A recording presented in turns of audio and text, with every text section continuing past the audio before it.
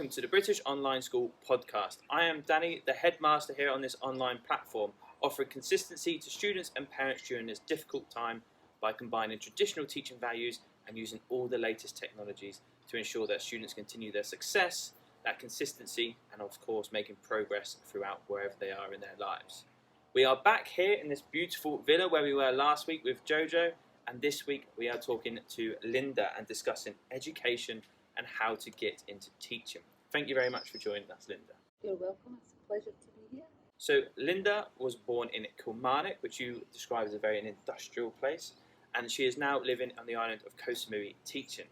However, the journey from there to here has been quite a unique one, especially when it comes to getting into teaching and how people think they may well get into teaching. So let's start right from there. What was it you originally, when you left school, trained to be?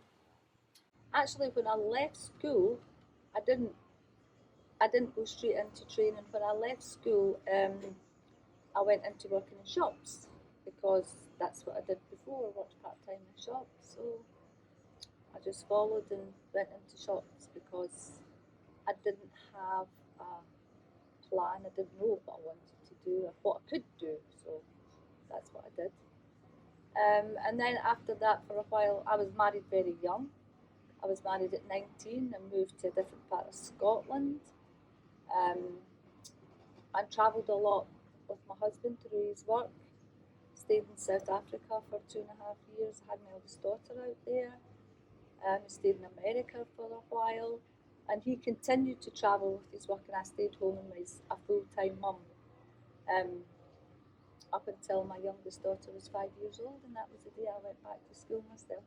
Fantastic. And what was it then you went and learnt?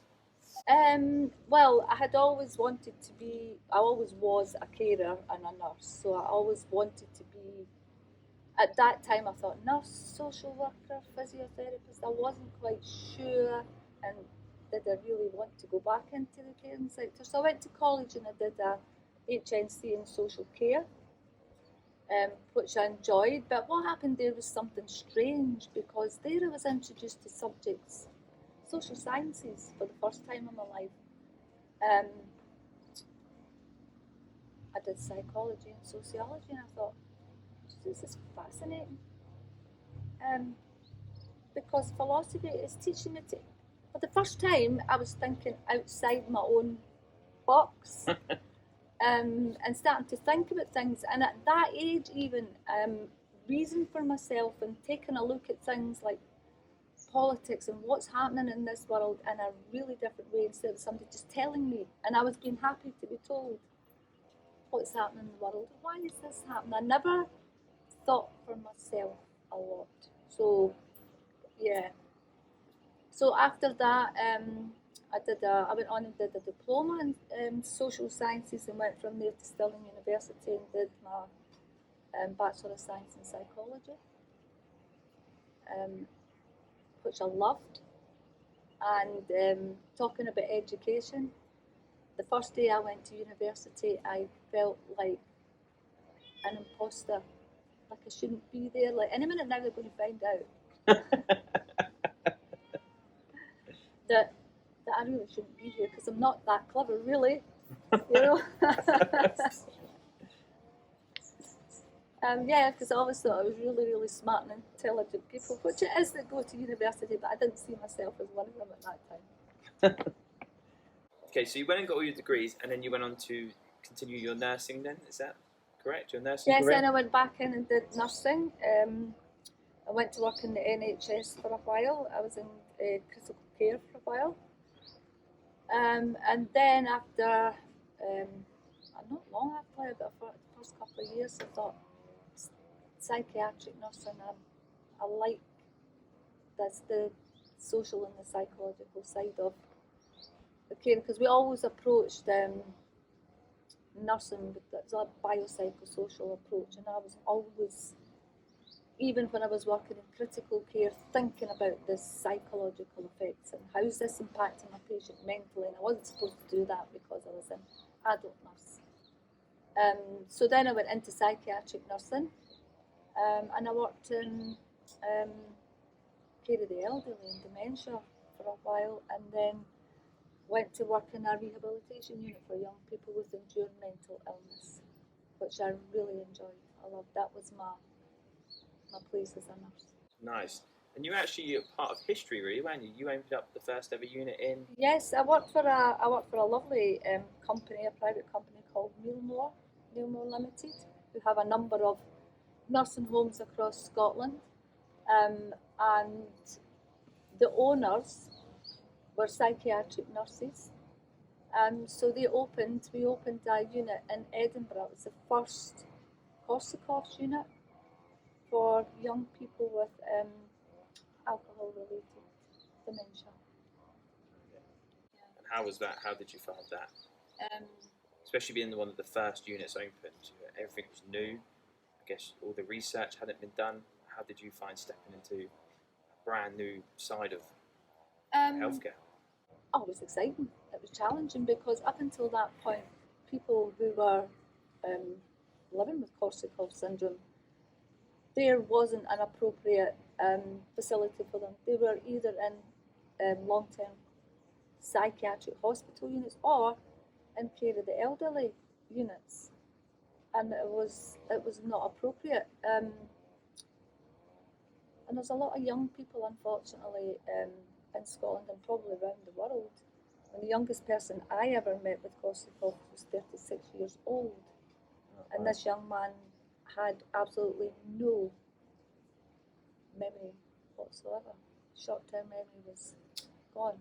So so to care for a young person like that, who still have the potential, there's therapy there, there's things they can do, they're still able to reach their potential and live in society with a bit of support, to end up in long-term psychiatric units, and so it was exciting. Yeah. It was very exciting. Yeah. So you're enjoying your career as a nurse, you're in these new departments, everything seems to be going well, and then you decide to move to Thailand, into a little village, and something happened. What happened there to change your career direction? Right. First of all, what first brought me to Thailand was, it was always an ambition of mine to do some voluntary work somewhere. Nice. And I was at a stage in my life where I thought, my kids are grown up now, the girls are independent, they're all at university or doing their thing. I wanted to travel, or I like to travel, and I really wanted to do some voluntary work somewhere. But like a lot of people, Danny, I always could find a good reason not for to not do doing so. it. Yeah. I can't leave my kids, I can't do this, I can't do that. I'm scared, I can't be a woman and travel on my own. But anyway, I decided to do it, and I ended up, I came out the first time to Thailand to an NGO in Nong Khai. I'll give that a big shout if you don't mind. Go called for it. Open Mind Projects. Nice. Non-voluntary organisation working in Nong Khai throughout Thailand, who do a lot of work teaching young people using IT to be independent learners. That was their main, but they also have other projects throughout, and the nursing project was up in the north of Thailand, where I went to working in villages both in Thailand and in the Karen state, on malaria prevention and control. Okay. I'm working with in the community clinics. Sorry, they didn't have hospitals up there. Community clinics in the villages. I'm working along with some student nurses and things like that, and that was what changed my life. Go for it. Tell us, because I think it's a fascinating story. Well, it's just, I suppose, coming, as I was saying to you earlier, coming from managing homes and being the type of person that I was the housewife and mum, but working. But I was the type of woman who never left the house in the morning unless I had a full face of makeup. My hair was done every 6 weeks. The nails were done, designer clothes, the whole toot. So that was kind of me, and I was so naive. I did not have a clue what I was letting myself in for. So I ended up way up in Tak, in a little village. I stayed at an orphanage called Star on the Border. There was no lights, there was no Wi-Fi, there was no running water. We had to go to a well. I didn't have a bed, and I stayed in a mud hut. And the toilet was at the end of the garden. So, Bit of a culture shock. yeah, but I came out my shed, I called it this day, and I looked, and I felt like I was standing on a page of National Geographic. It was unbelievably stunning, with the pigs and the chickens and all these kids, little kids, running about in their bare feet, and everybody was busy. It was just amazing, and I thought, what the hell have I done? Cockroaches, snakes, yeah. But it was, yeah, I learned a lot, and I learned a lot about myself there. I remember walking up to the village school one morning, and halfway up the hill in the mud in your flip flops, I thought, you know what? I don't even know what I look like. Didn't have a mirror, and I didn't look in the mirror enough. And you know what? And nobody even cared. Yeah. And that was a very liberating moment for me, because I was going about my daily business, and the last thing I was thinking about, how do I look this morning before I go out the front door? It never even entered my mind. So yeah, that was liberating. But the surprising thing was, I was only there a couple of days when they asked the village leaders, and that were asking me if I could teach their kids how to speak English. And I thought, I've never done that before. But yeah, I really didn't have much else to do in my evening, of course, playing with the kids. And it started off with 3 little kids coming along at night, and a similar thing happened when I was working in an NGO in Laos as well, the same thing. Before you know where you are, these kids are coming out of the jungle from every area with their little torches on, and some of them had a book and a pencil, 50, 60 of them. They all want to learn English, and I thought, why? What the heck? Why do they all? Till one of the village leaders explained it to me that they were in situations where most of them were mountain dwellers, they were hunter-gatherers, they had their village, they had their farms, they all had their land, and that land was handed down from generation to generation. The kids were all taught how to grow and fish and hunt and butcher and everything that they needed to learn to sustain their village and their family. And when that was taken away from them, what were they going to do? And is that the tourism? Is that the tourist industry that was taking it away from them, or? Well, I think they were building some, and like in Laos, they built a dam. Right. And in Myanmar, there was a lot of conflict there at the time, and a lot of their villages were burned down, and the males in the villages were killed, and there was lots of little orphans. The kids that I was teaching didn't have. Yeah. So these kids are left with, probably for what it seemed like to them, like without a future, because what are we going to do now? We don't have our land, we don't have our parents, they don't have money. I mean, the clinics up there are given a budget a month, and when that runs out, it runs out. So yes, there is people still dying of malaria and dengue fever and measles and things like that, because they don't have money to pay for it, and they don't have access. So yeah, and I don't want to. I never ever got this feeling of, oh, these poor people, I feel so sorry for them, because that they didn't give that off. It wasn't what they wanted. They're very proud people, and they want to be able to look after themselves. They want to be able. They just saw English of all things. I'm thinking, good grief, as a way that they could, for their kids to have a future. They could leave the villages. Then, if they spoke English, they could maybe go to university or go and get jobs in the towns or the city. So there you go. That was my introduction to teaching, and I loved it so much. I used to go to bed at night and couldn't wait to get up the next morning because I think, I'm going to teach them tomorrow. And I just got so into it and got so much out of it and loved working with the kids. So after I did that, I went back home to Scotland because they were holding my job for me. The company that I was working for were very good. Yes, Linda, you can go off and just let us know when you come back, which was so kind of them. But I couldn't. About 3 months, I just thought, the heart that I had for nursing was just not there anymore, and it wasn't fair to the patients and wasn't fair to myself. I wasn't being true to myself. I thought, no. So what I went and did was, I thought, I'm going to do, I'll do some TEFL courses and some courses in education and go back out to Thailand.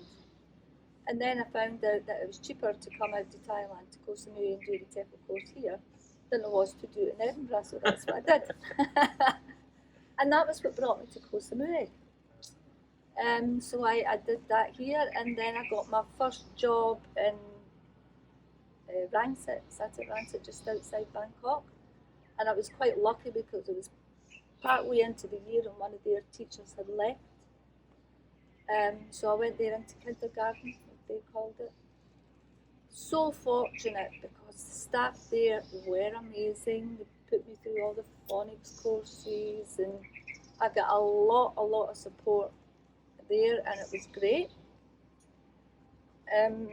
So from there, what I did was, after my contract there finished, again I went back to Scotland because I see my family. I'm still here, guys.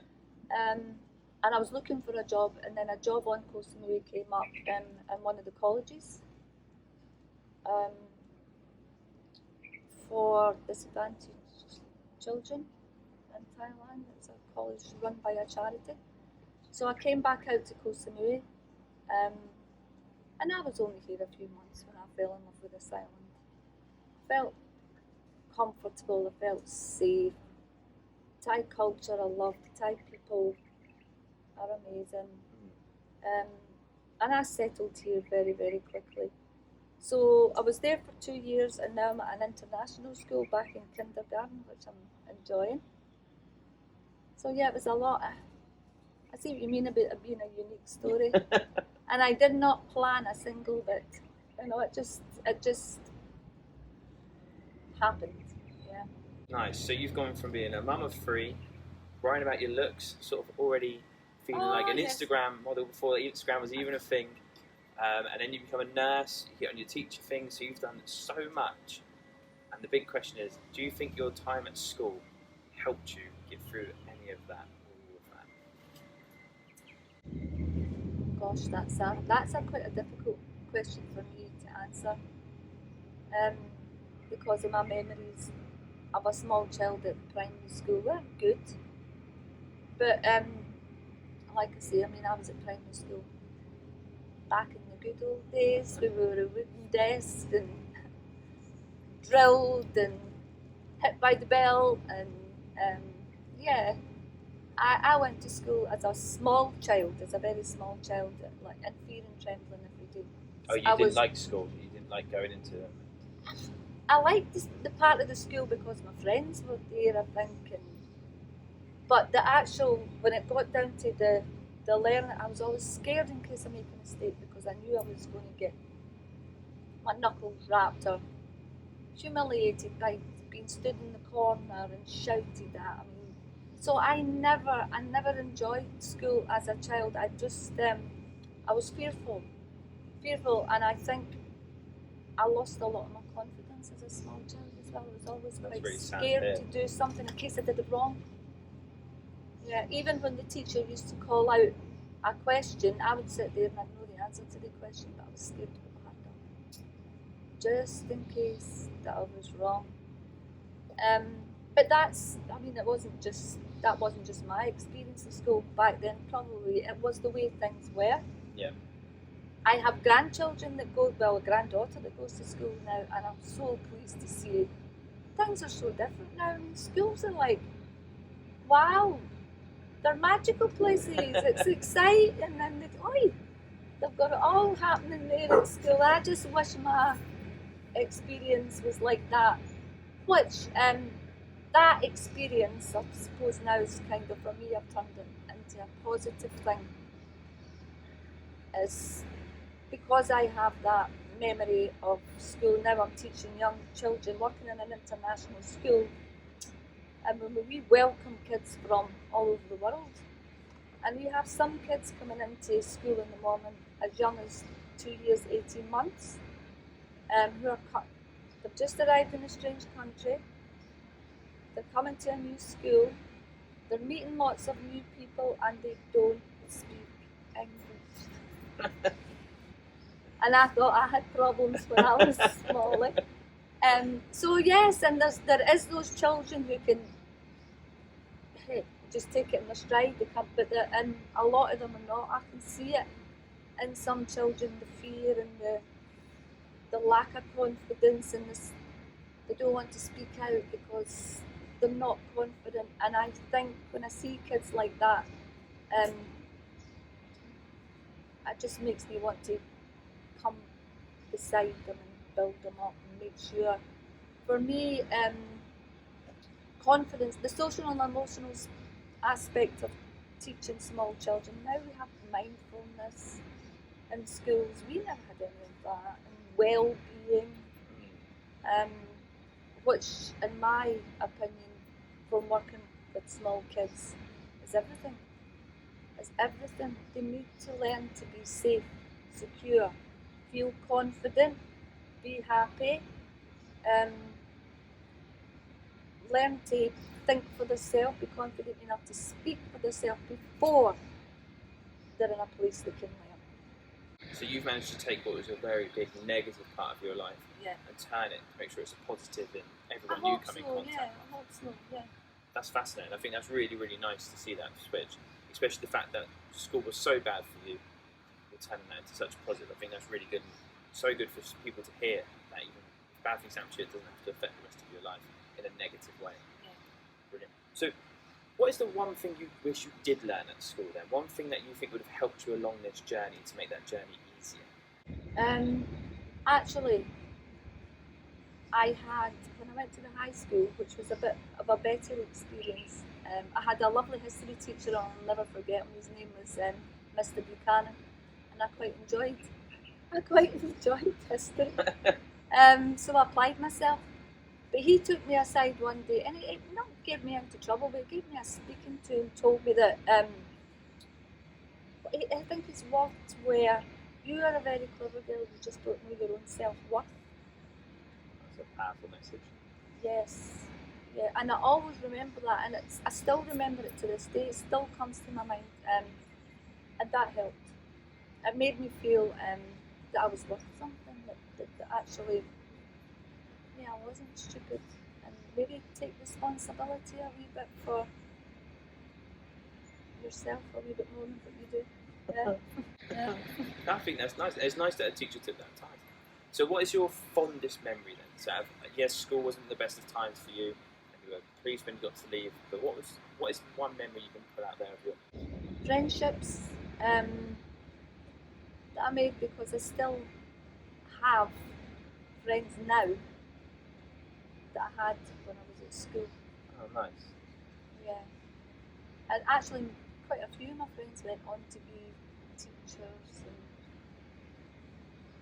Yeah, so school wasn't all bad. I mean, I still have happy memories.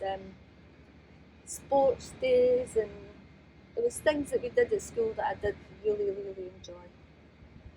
Sports days, yeah, fun days, running out to field to do your sports, and I was always on the hockey team, and I was in the netball team.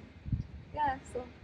Nice. So if you give one piece of advice to students who are currently in school right now, whether they're really young or really old, about to leave, just starting, what's the one piece of advice you'd like to pass on to them? Believe in yourself. Believe in yourself.